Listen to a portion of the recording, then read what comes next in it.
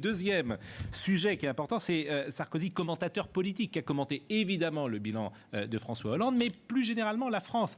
Et le réquisitoire contre le président de la République était évidemment sans doute attendu, mais assez violent. Comment vous jugez la charge de Nicolas Sarkozy contre François Hollande ? Juste un point, si vous permettez, Pascal Praud, comme nous n'avons pas une mémoire de poisson rouge, comme semblait l'indiquer à Delahousse tout à l'heure Nicolas Sarkozy, la phrase, c'est dur, là, qu'a prononcée François Hollande.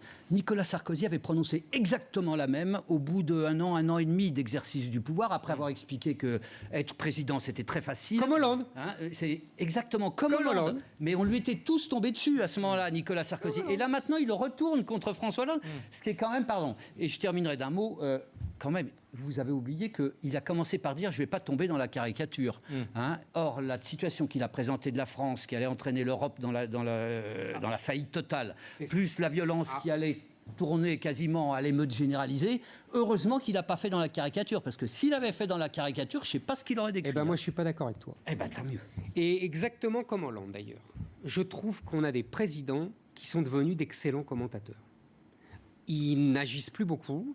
Ils n'ont pas vraiment d'impact sur le pays, mais ce sont des excellents commentateurs. J'avais déjà relevé la remarquable analyse de la déliquescence européenne par Hollande lors de sa conférence de presse. Ce que j'aime bien, c'est qu'ils sont des excellents commentateurs parce qu'ils rejoignent les analyses de Zemmour. Non, mais dans ces cas-là, précisément, ils ont droit à la mention très bien. Absolument. Non, mais c'était frappant ce soir de voir...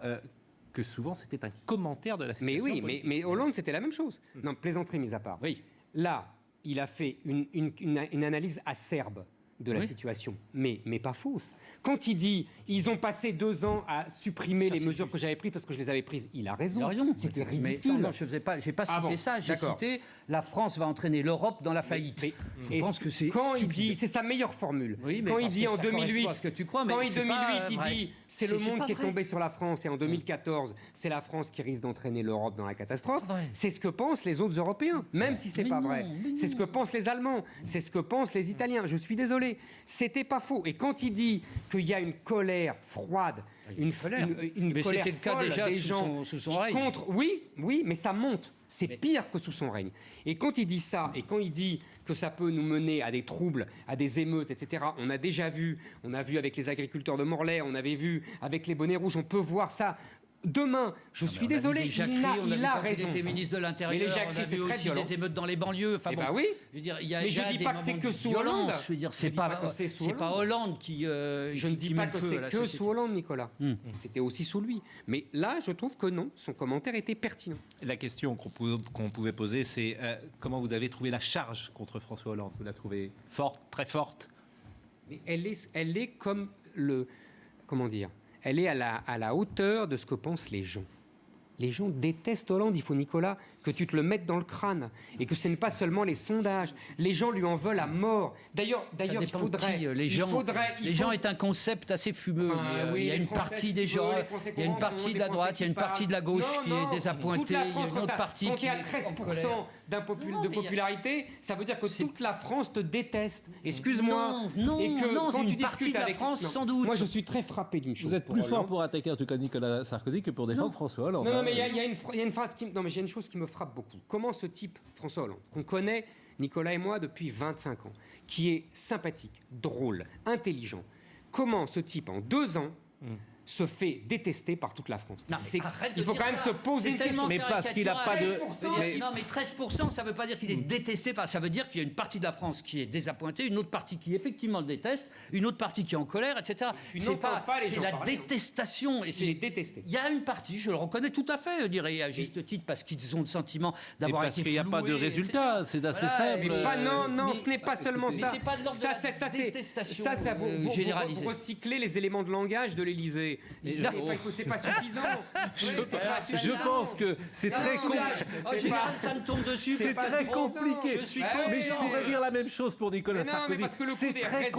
C'est très compliqué de parler quand on n'a pas de résultat. Mais non, mais il n'y aura pas de résultat. Ah bah alors, s'il n'y a pas de résultat, les mêmes causes produisent les mêmes effets. Mais répondez, Nicolas de Ménac. Non, mais pardon, parce que Nicolas Sarkozy clivait vraiment. C'est-à-dire qu'il y avait une partie quand il était au pouvoir, aux affaires, qu'il adorait, qui se reconnaissait en lui, qui vibrait avec lui. Et inversement, il provoquait un rejet très très fort. Et très, très Hollande, c'est un rejet général. Non, il y a mais même c'est pas des pas gens du qui même sont avec ordre. lui. C'est pas de la passion. Il y a vraiment beaucoup de déception. Il y a de l'exaspération. Mais il y a une partie d'exaspération, en particulier de ceux qui pensent qu'ils sont trop imposés, enfin bon, etc. Qu'ils sont. Moi je ils trouve que sont c'est tondus au-delà. et que C'est au-delà. Les gens le prennent pour une nouille. Alors oui, que mais nous, ça on provoque sait que c'est pas vrai. Même si c'était ça, ça provoque pas la détestation. Non, mais attends, c'est Il y a quand une même espèce extraordinaire. de ras-le-bol qui se. Non, bon, voilà, c'est mais plus que ça. Sinon les mouvements pour qu'ils démissionnent, etc., seraient beaucoup plus puissants. mais Ils sont non. complètement. Mais Les Français sont pas putschistes, comme hein. ça. Bah oui, mais justement, ils sont pas dans le. Mais ils le détestent. En tout cas, Nicolas Sarkozy a été moins violent que vous et n'a pas utilisé le terme que vous avez employé contre François Hollande. Moi, je vous dis ce que j'entends, je vous dis ce que je lis, je vous dis ce qu'on vient me dire. Je vous dis, voilà, et je vous dis, et c'est moi qui leur dis, mais non, pas du tout. Il est très drôle et très intelligent. Alors, Zemmour se laisse intoxiquer parce que je te rappellerai quand même que du jour, avant même qu'il ait pris le pouvoir des mains de Nicolas Sarkozy, le soir même de son élection, il y a une frange de la droite qui a décidé qu'il était illégitime et qui s'est mis dans la détestation. Ça a grandi depuis. C'est pas vrai. Je le reconnais, mais c'est pas un mouvement majoritaire. C'est pas les gens comme tu dis dans un concept. C'est pas vrai. C'est pas vrai. Réquisitoire contre Hollande, nous sommes d'accord, mais commentaire également de la France d'aujourd'hui, lorsque Nicolas Sarkozy dit la France dégringole, etc. Est-ce que vous partagez ce diagnostic? Il y a des morceaux de la France qui sont vivants, qui se battent, qui conquièrent des parts de marché. Il fait partie de ce bashing contre la France que je ne supporte pas, moi, de ce déclinisme dont Zemmour est un des héros, je veux dire, qui est la France s'écrabouille, etc. C'était la version sarkozyste, voilà, du discours de Zemmour. Non, il y a des parties de la France qui entreprennent, et qui se... Peu importe le chef d'ailleurs. Ils sont à l'étranger. Mais non, mais non. Ils partent à l'étranger. La France, la partie la plus dynamique de la France part à l'étranger. Tu trouves ça formidable? Je veux bien. Mais non, il y a une partie mais non, qui s'en va. mais excuse-moi, les chiffres parlent d'eux-mêmes. C'est pas Exodus. On a un déficit commercial énorme. On a un déficit commercial énorme, ce qui prouve qu'on n'est pas compétitif. Excuse-moi, moi je vois les choses simplement. On les voit les choses simplement. Et on a et c'est pas seulement notre économie qui fiche le camp, on a toute une partie de notre culture qui fiche le camp, on a des gens qui fichent le camp tout bêtement, et des gens plutôt diplômés et plutôt dynamiques et plutôt jeunes. Tout ça n'est pas positif. Mais bien sûr, c'est pas positif qu'il y ait des gens qui s'en aillent. Mais enfin, j'ai l'impression que Sarkozy et toi, vous voyez qu'une partie de la France, quoi. Il y a une France qui souffre, certes, une France qui souffre pas et qui s'en va, etc. Ça existe. Je vais pas le nier, ça serait stupide. Mais en même temps, il y a une France qui entreprend, une France qui se bat, une France qui. Évidemment. Mais bien sûr. On t'a pas dit le contraire. Ah ben si, tu me dis le contraire. On t'a pas dit le contraire. On t'a dit que la France dégringole. C'est pas pareil. Dégringole pas. Je ne veux pas que mon pays soit condamné entre le spectacle humiliant que nous avons aujourd'hui et l'isolement du FN. Et lorsqu'il ajoute, d'ailleurs, je n'ai pas le choix, je suis obligé d'y aller. Je trouve qu'il y a un écueil pour lui entre dire voilà, je m'oppose à Hollande, et dire je suis le dernier rempart. D'ailleurs, il a évité le mot le dernier rempart contre le Front National, parce qu'il se mettra dans le camp de Valls, de Hollande, etc., de Juppé. Là, il y a quelque chose. Il croit encore qu'il est le seul qui peut aller chercher les électeurs du Front National. On va voir ce qu'il va proposer. Moi, je pense qu'il faudra qu'il aille très loin dans les propositions pour les récupérer. Parce que s'il y a des déçus de Nicolas Sarkozy, ce sont bien les électeurs qui avaient voté pour lui en 2007 et qui étaient avant au Front National ou qui étaient proches des idées du Front National. Là, je crois qu'il va avoir un boulot énorme, et on va venir dans la troisième partie. Quel projet ?